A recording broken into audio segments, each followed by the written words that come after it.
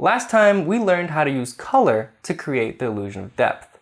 Now let's explore some concepts of shape.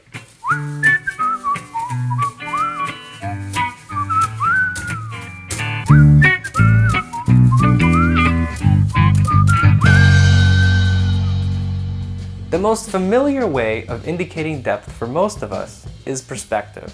You have converging diagonal lines, foreshortening of forms, overlapping shapes, and scale.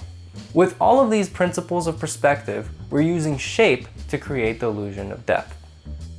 Let's start with scale. First, the most basic rule of perspective is that as objects get further from the viewer, they will appear smaller. So to show depth, it's a good idea to have objects of recognizable size in both the foreground and background. We know that these two figures should be roughly the same size, so this smaller one seems further away. Everybody knows that my biceps are enormously large. A smaller bicep in the same scene will appear further back.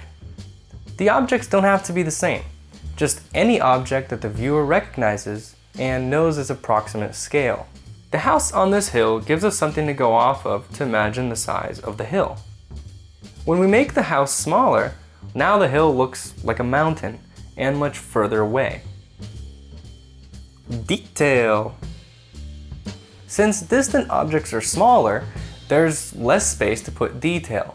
So don't try to cram as much detail as possible just for the sake of having detail. In fact, removing information could be better. Putting more detail in the foreground elements and less detail in the background elements adds to the effect of depth. And consider simplifying distant shapes. Instead of attempting to include every subtle nuance of the object's contour, focus on the rhythm of the shape and its role in the picture. Converging lines and vanishing points. Everybody knows you can't talk about perspective without mentioning vanishing points. Basically, as objects recede into space, they get smaller and smaller, and by the time they reach the horizon, they are so far away, they've shrunk to mere dots. This is best seen on boxy objects like walls and furniture and stuff. The top and bottom of the walls are parallel, but when perspective is applied, all the lines in the scene that are parallel will point to this one vanishing point. This is called one-point perspective. One-point perspective brings the viewer into the scene to look at whatever action is happening near the vanishing point. With two-point perspective, now you have one side of the box going towards one point and the other side towards another point. Instead of bringing the viewer into the scene like we did with one-point perspective, instead we get an effect of the closest object popping out towards the viewer. We can choose to play up or play down this effect with the degree of the angles. For example, with this car, the middle line at the headlight closest to us really jumps forward. It's very difficult not to look there. The headlight screams, "Look at me, I'm in your face." So you would decide if that's what you want. Is it about the headlight or the whole car? You can play down this effect by flattening the perspective a bit. Very different effect, and something that many don't even consider as they start plotting their perspective. Be careful with this, because all these decisions have an important role in how the viewer reads your picture. Let's talk about foreshortening. Now, foreshortening and converging lines coming to a vanishing point are basically the same thing. They're things receding into space and getting smaller. Though with organic forms, you rarely have obvious diagonal lines directing the viewer to a point.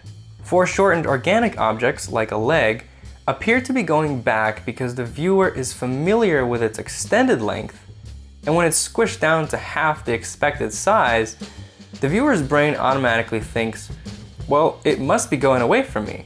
It must be hidden from sight behind itself. So in this case, it looks like it's receding because its length is shorter than it should be. So here's some common mistakes that I see regarding foreshortening of the human figure.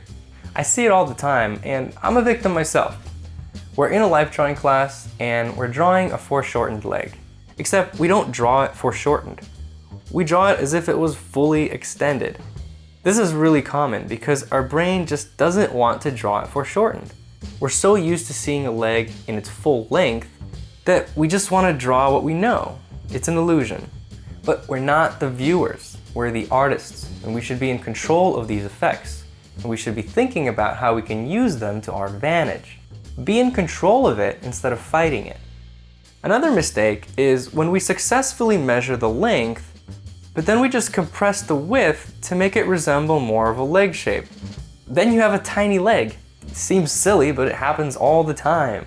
Stupid brain. At first, just think of it as an abstract shape. It's not a leg, it's just a shape.